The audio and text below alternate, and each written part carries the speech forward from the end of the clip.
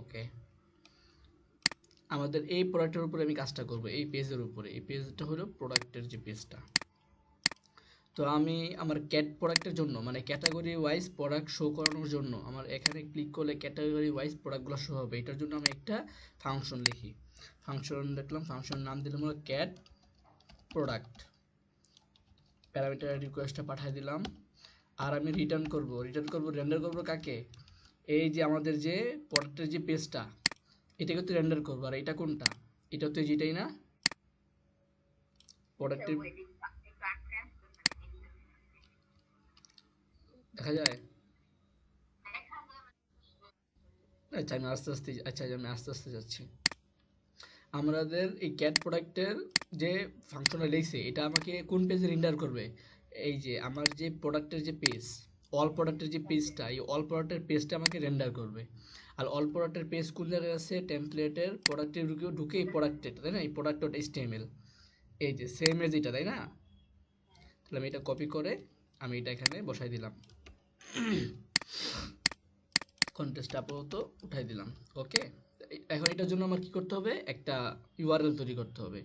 আমি একটা ইউআরএল তৈরি করে ফেলি, এই সেম করে প্রোডাক্টের মতো একটা ইউআরএল তৈরি করি। এন্ড এটার পাশে দিব আমি হলো ক্যাট কি ক্যাটাগরি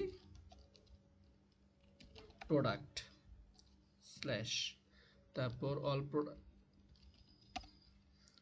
তারপর এখানে হবে ক্যাট প্রোডাক্ট, ক্যাট প্রোডাক্ট, আর এটার নামটা আমি ক্যাট প্রোডাক্ট দিয়ে দিলাম। ওকে, এই ক্যাট নামটা কপি করলাম। এখন আমি আমার পেজে চলে আসি। আমার পেজে তো আমি একটা ক্যাটাগরি, সবগুলো ক্যাটাগরিকে লুপ চালায়া আলাদা আলাদা করে করলাম, তাই না। আর এখানে অ্যাঙ্কর ট্যাগ আছে না, মানে আমি যখন প্রতিটা আমি আমি যখন কোনো একটা ক্যাটাগরিতে ক্লিক করি তখন আমার একটা অ্যাঙ্কর ট্যাগ হিসেবে একটা লিঙ্ক যায় না। তখন আমি এই লিঙ্কটা কি দিয়ে দিব, এই লিঙ্কটা আমি আমার ক্যাটাগরি যে প্রোডাক্টের যে লিঙ্কটা আমি সেখানে এটা দিয়ে দিব। তাহলে আমি এখানে আমি একটা লিঙ্ক ইউজ করলাম, ইউআরএলটা দিলাম, ইউআরএল, এই ইউআরএল যাবে। এখন এখানে তো অনেকগুলো প্রোডাক্ট আসবে, তাই না, অনেকগুলো ক্যাটাগরি আসবে। ঠিক আছে, তো আমার স্পেসিফিকভাবে একটা ক্যাটাগরি ধরার জন্য আমার কী করতে হবে, আইডি কে পাস করতে হবে, আইডি। তাহলে আমি এটার সাথে সাথে আইডি পাস করে দিলাম, আই ডট আইডি, কারণ আমি ফর লুপ করছি কিসের উপর, আয়ের উপর, তাহলে আই ডট আইডি। তো ইউআরএল এ আমি প্যারামিটার একটা আইডি পাঠাইছি, এই আইডিটা আমার রিসিভ করতে হবে। আমি আমার ইউআরএল এর এখানে এটা রিসিভ করলাম, আইডি একটা ইন্টিজার, তাই ইন্টিজার দিয়ে আমি আইডিটাকে রিসিভ করলাম। এখন এটাকে আমার ভিউজে প্যারামিটার ধরতে হবে, তাই আমি ভিউজে রিকোয়েস্টের আগে কি দিলাম, আইডিটা দিয়ে দিলাম। ওকে, তারপর আমার এই আইডি ধরে আমার ক্যাটাগরি ধরতে হবে। তাহলে আমি ক্যাটাগরি ধরলাম, ক্যাট নামের ভেরিয়েবল নিলাম, তারপর কি আমার ক্যাটাগরিটা আমি ধরবো, ক্যাটাগরি ক্যাটাগরি ফাংশনের নাম কি,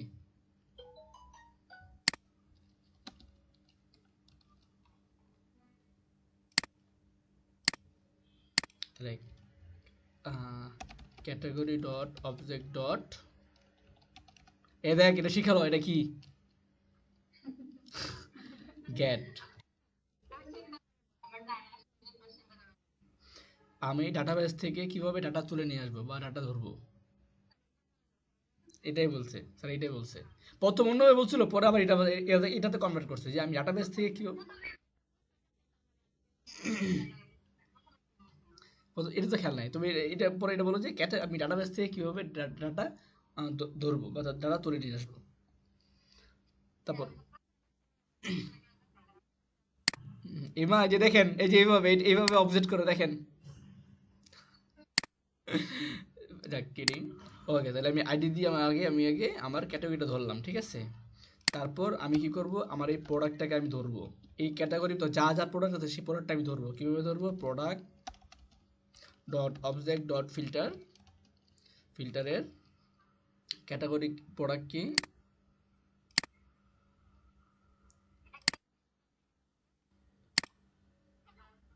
এই যে আমার এর একটা ক্লাস, তো এই প্রোডাক্টের ক্লাস।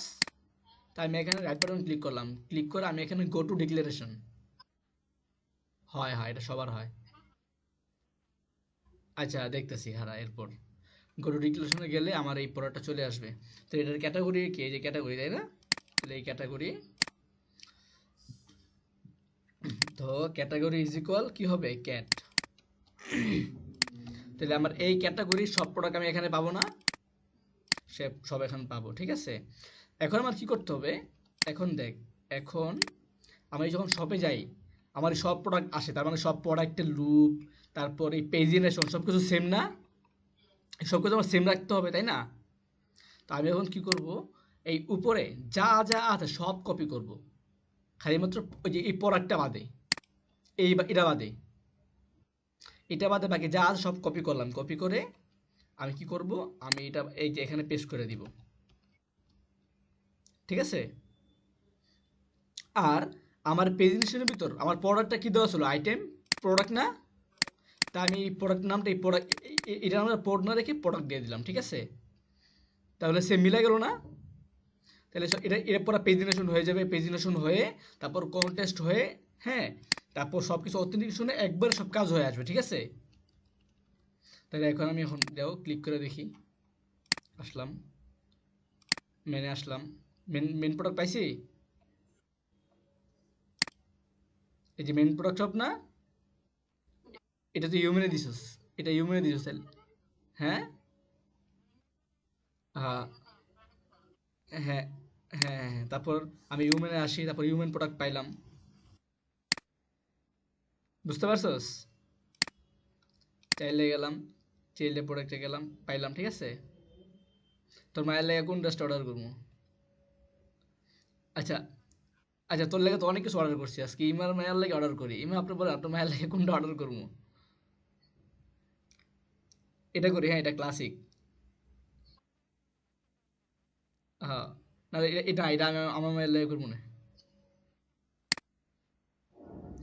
এটা করি ইমার জন্য না, এটা ইমার মায়ের জন্য করি, নাকি এটা এটা এটা পুরো হিপ হপ। ওকে, এখন এই কাজটা তো এখানে করলে এখানে করতে পারবি না, এই যে জায়গায় এখানে, তারপর এখানে এই কাজটা করতে পারবি না।